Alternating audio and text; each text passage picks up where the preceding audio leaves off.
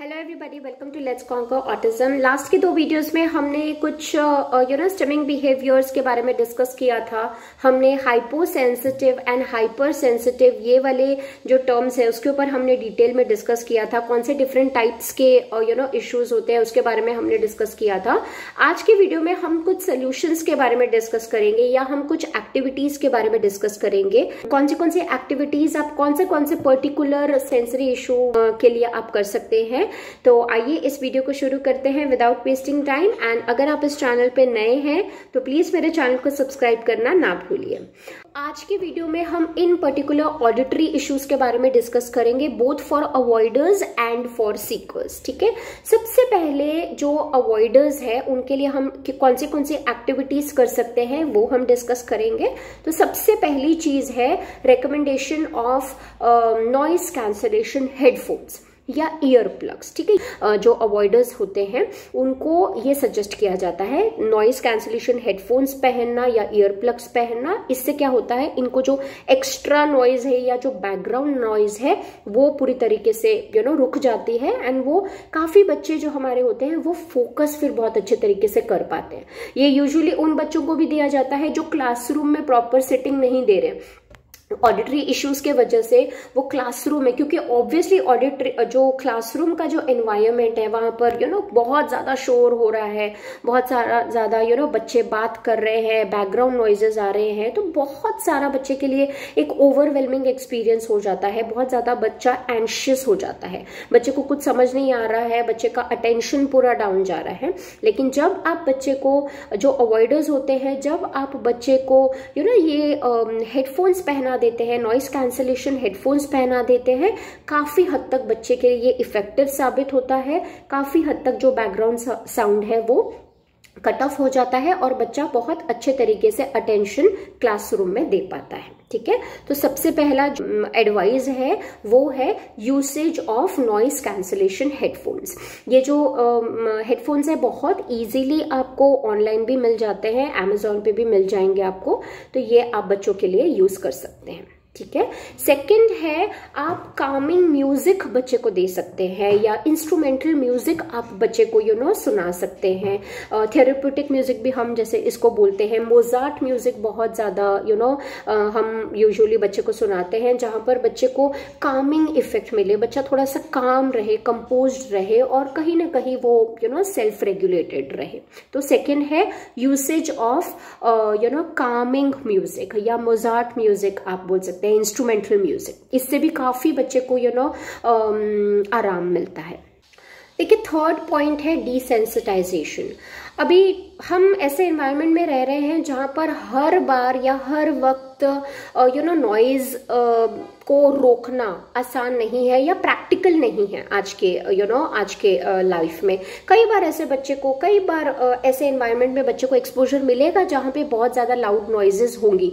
जैसे अभी मेरे यहाँ पे कंस्ट्रक्शन वर्क चल रहा है, ठीक है, तो कहीं ना कहीं जैसे for example noise cancellation headphones नहीं पहने हैं लेकिन कहीं ना कहीं ऐसा लाउड नॉइज आ रहा है, तो उसके लिए हम क्या करते हैं, हम ग्रेजुअल एक्सपोजर देना स्टार्ट करते हैं। मतलब धीरे धीरे हम जैसे हम बेबी स्टेप्स उठा रहे हैं बच्चे को, वो लाउड नॉइजेस का हम एक्सपोजर देना हम धीरे धीरे स्टार्ट करते हैं। इसको यूजुअली हम कंसेप्ट को बोलते हैं डिसेंसिटाइजेशन करना। मतलब हम स्लोली हम बहुत सॉफ्ट क्लैपिंग से हम स्टार्ट कर रहे हैं। मतलब स्टार्टिंग में हम टॉलरेबल नॉइजेस के साथ में हम स्टार्ट कर रहे हैं, जैसे हमने सॉफ्ट क्लैपिंग कर रहे हैं, हम ऐसे चुटकी बजा रहे हैं, हम हल्के से वो पियानो के ऊपर, पियानो स्टिक से हम हल्के से एक ड्रम के ऊपर हम ऐसे टैपिंग कर रहे हैं। हम एक प्लास्टिक के ग्लास के ऊपर हम ऐसे पेन से या हम फिंगर से ऐसे टैपिंग कर रहे हैं। तो हम क्या कर रहे हैं, बहुत सॉफ्ट म्यूजिक हम सुना रहे हैं बच्चे को। हम जैसे अगर बच्चे को हम कोई नेचर वॉक के लिए अगर हम लेकर जा रहे हैं तो बर्ड्स के चर्पिंग का जो आवाज है वो हम बच्चे को फोकस करने को हम कह रहे हैं। तो हम क्या कर रहे हैं, ग्रेजुअली हम हमारे गोल्स जो है वो हम इंक्रीज करते जा रहे हैं।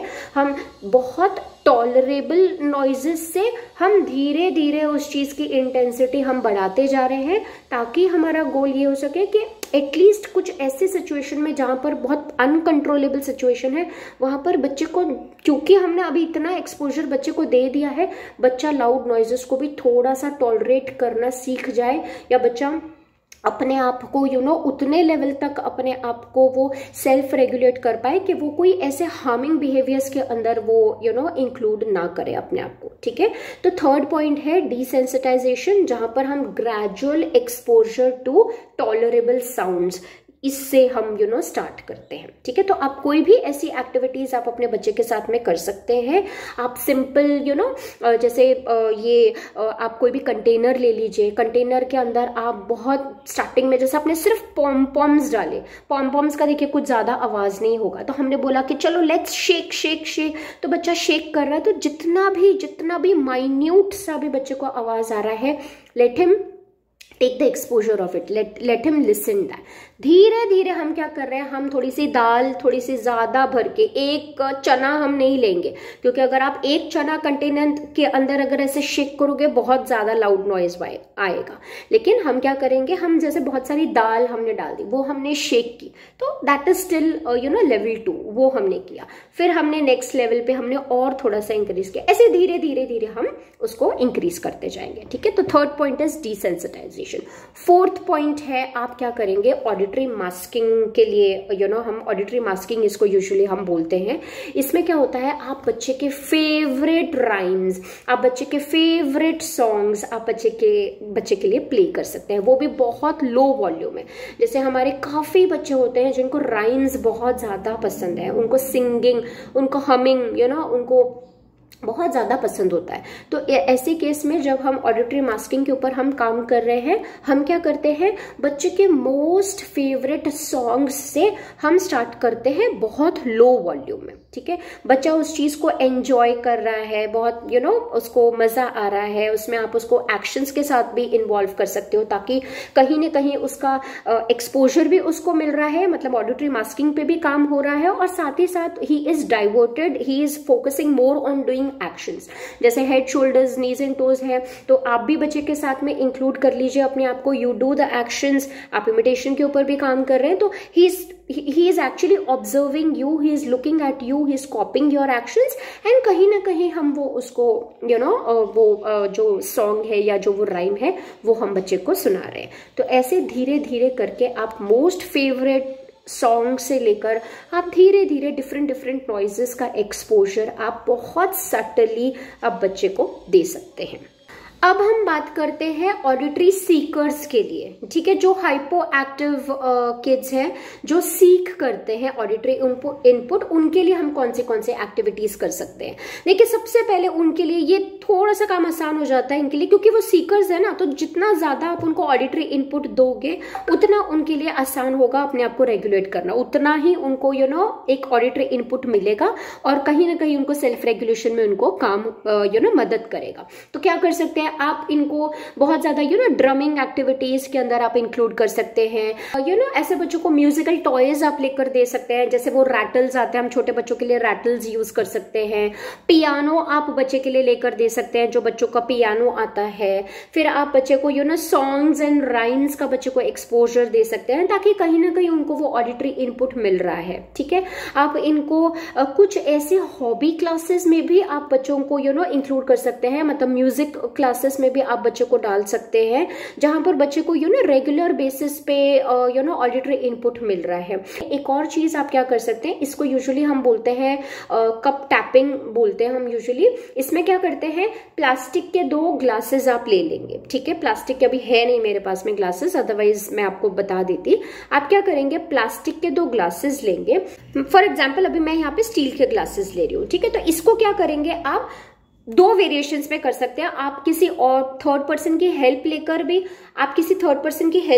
ये एक्टिविटी कर सकते हैं, या अगर थर्ड पर्सन नहीं है अवेलेबल तो आप खुद ही सिंगल पकड़ के आप इसको कर सकते हैं। जैसे फॉर एग्जांपल, सबसे पहले तो आप ऐसे ईयर्स को कवर करेंगे, ओपन, कवर करेंगे, ओपन। आप खुद जब करके देखेंगे आपको डिफरेंस समझ में आएगा। ठीक है, तो first very simple in a fun way आप इसको ऐसे करेंगे। सेकेंड राउंड में आप क्या करेंगे, जैसे आपने अगर थर्ड पर्सन है आपके साथ में, तो आप क्या करेंगे, दोनों जो ग्लासेस है वो ऐसे पकड़ेंगे और जो थर्ड पर्सन होगा वो क्या करेगा, यहाँ पर स्पून से ऐसे टैपिंग करेगा। तो इसमें वेरिएशंस में आप टैपिंग करवा सकते हो। जैसे फर्स्ट आपने सिर्फ ऐसे हल्का सा ऐसे टैप किया, ठीक है, फिर आपने थोड़ा रिदमिक किया, जैसे टू आपने टैपिंग की, ठीक है, फिर आपने 3 की, ऐसे करके। तो ऐसे करके आप कर सकते हैं, थर्ड पर्सन को बोल सकते हैं। अगर थर्ड पर्सन नहीं है तो आप एक एक ग्लास पकड़ के आप फिर बच्चे को आप फिंगर से भी कर सकते हैं। आप फिंगर से भी करेंगे, मतलब वेरिएशंस में आप बहुत इसमें वेरिएशंस लेकर आ सकते हैं। बच्चे को बहुत मजा आएगा। जो सीकर्स होते हैं उनको ये activity, tapping activity, cupping activity जो होती है उनको बहुत मजा आती है और इसके बेनिफिट्स भी काफी है, ठीक है। तो आप इनको भी एक्टिविटीज करते समय, मतलब कोई अगर ये अटेंशन वाली एक्टिविटी कर रहे हैं, विजुअल परसेप्शन वाली एक्टिविटी या वर्कशीट सॉल्व कर रहे हैं, उस टाइम पे भी आप 10 से 15 मिनट एवरीडे बेसिस पे आप हेडफोन्स पे इनको मोजार्ट म्यूजिक या कोई इंस्ट्रूमेंटल म्यूजिक जो है वो सुना सकते हैं एवरीडे, ठीक है। इससे बहुत बच्चे को इनपुट मिलेगा और बहुत अच्छे तरीके से ये चीज बच्चे के लिए काम करेगी। नेक्स्ट एक्टिविटी आप क्या कर सकते हैं, आप एक गेम प्ले कर सकते हैं, जैसे विस्पर गेम। आप क्या करेंगे, बच्चे के कान में कुछ विस्पर करेंगे। स्टार्टिंग में आपने 1 वर्ड विस्पर किया, आपने कहा कि जाओ दूसरे मेंबर को बोल के आओ, ठीक है। कोशिश करेंगे डिस्टेंस थोड़ा ज्यादा रहे ताकि ऑडिटरी मेमोरी पे भी काम होगा। आप 1 वर्ड विस्पर करेंगे, फिर आप 2 वर्ड्स करेंगे, फिर आप एक सेंटेंस करेंगे, फिर आप 2 सेंटेंस करेंगे। तो इस तरीके से हम जब विस्पर कर रहे हैं तब भी बच्चे को डायरेक्ट जो ऑडिटरी इनपुट है वो बच्चे को मिल रहा है और बच्चा कहीं ना कहीं उस चीज को एंजॉय भी कर रहा है। आप इनको ऑडियो बुक्स भी दे सकते हैं, मतलब आप बच्चा जैसे ही बटन प्रेस करता है उससे सामने बुक से आवाज आती है, वो वर्ड का बच्चा वोकैबुलरी भी सीख रहा है, प्लस बच्चे को ऑडिटरी इनपुट भी मिल रहा है। तो ऑडियो बुक्स भी आप बच्चे के लिए यूज कर सकते हैं। आप बच्चे को माइक पे टॉकिंग ये भी दे सकते हैं, मतलब आप बच्चे को माइक्स दे सकते हैं। माइक पे बच्चा कुछ भी बोलेगा, जो भी आप उसको उसको फेवरेट राइम बोलना है या आपके पीछे रिपीट करना है। इसमें आप टर्न टेकिंग भी कर सकते हो, पहले मम्मा ने बोला फिर वही चीज आपने बोली। तो माइक भी आप दे सकते हैं। माइक से लाउड नॉइज ऑब्वियसली क्रिएट होगा जिससे बच्चे को ऑडिटरी इनपुट मिलेगा और बच्चा उस चीज को एंजॉय करेगा, ठीक है। थ्रोइंग बॉल्स वाली एक्टिविटीज आप कर सकते हैं, जैसे बॉल को बकेट में डालना है, उससे भी वॉइस क्रिएट हो रहा है ना, नॉइस क्रिएट हो रहा है। आप प्लास्टिक के बॉल्स लीजिए जिससे थोड़ा सा ज्यादा आवाज क्रिएट होता है। कई बार हम देखते हैं जो बच्चे होते हैं वो बहुत ज्यादा ना हर चीज को थ्रो करते रहते हैं।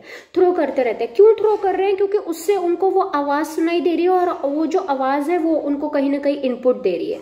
तो ऐसे केस में हम क्या करेंगे, हम उनको कुछ प्रोडक्टिव गेम्स में उस चीज को, जो थ्रोइंग हैबिट है उसका रिप्लेसमेंट बिहेवियर हम दे देंगे। हम उनको थ्रोइंग एक्टिविटीज में इन्वॉल्व करेंगे, जहां पर उसको बॉल को बकेट के अंदर, बास्केट के अंदर थ्रो करना है या सिंपल ऐसे ड्रॉप करना है बकेट के अंदर, जिससे वो ऐसे टक करके आवाज आएगी बॉल की एंड बच्चे को वो ऑडिटरी इनपुट मिलेगा, ठीक है। नेक्स्ट क्या कर सकते हैं, आप एक साउंड बॉक्स भी बच्चे के लिए बना सकते हैं। मतलब एक आप कोई भी छोटा सा बॉक्स ले लीजिए, उसके अंदर डिफरेंट साउंड्स की डब्बी आप रख दीजिए बच्चे के सामने, बच्चे के सामने। जैसे फॉर एग्जाम्पल अब ये छोटी सी डब्बी है, इसके अंदर मैंने मल्टीपल बीड्स रखे हैं, मल्टीपल बीड्स डाले हैं, जो मोती आते हैं ना हमारे छोटे पर्ल्स हम जिसको बोलते हैं, वो मैंने डाले हैं। अलग अलग साइजेस के आपको मिल जाएंगे।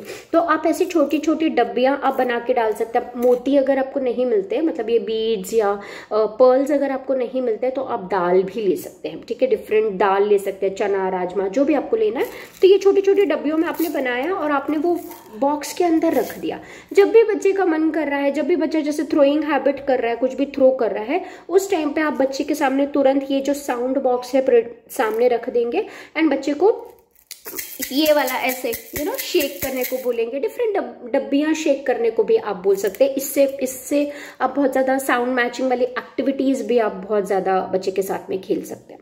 तो इस तरीके से देखिए, जो सीकर्स होते हैं उनके लिए आप बेसिकली फंडा यही है कि आप उनको इनपुट देंगे, और जो अवॉइडर्स है उनके लिए आप इनपुट थोड़ा सा कम करेंगे या डिसेंसिटाइजेशन पे काम करेंगे, हेडफोन्स यूज करेंगे, मल्टीपल चीजें आप करेंगे, ठीक है। तो आई होप ये आज का वीडियो, आज की कुछ एक्टिविटीज आपको हेल्पफुल साबित होंगी, आपको अच्छी लगेंगी, कुछ ना कुछ तो डेफिनेटली आप ट्राई करना जरूर चाहोगे।